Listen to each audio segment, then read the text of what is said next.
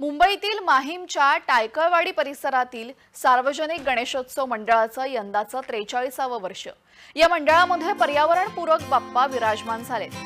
मूर्तिकार पराग पारधी याने कागदाच्या लगद्यापासून 9.5 फूट उंच अशी गणेश मूर्ती तयार केली।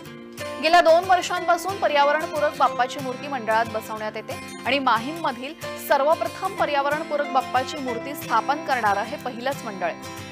कागदी लगद्यापासून तयार केलेली सुबक अशी मूर्ती भक्तांचं लक्ष वेधून घेते। देखाव्यावर अधिक खर्च न करता हे मंडळ जास्तीत जास्त सामाजिक उपक्रम राबवण्यावर भर देतं।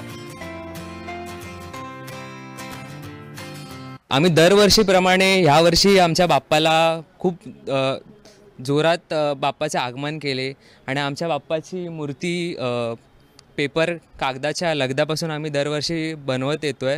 काही वर्षांपासून आम्ही बनवत येतोय। आम्ही खूप सामाजिक उपक्रम राबवतोय। जव्हार मोखाडा येथे आम्ही गरजू लोकांना अन्नदान करतोय। आम्ही आमच्या बाप्पाचं विसर्जन अनंत चतुर्दशीच्या दुसऱ्या दिवशी करतो।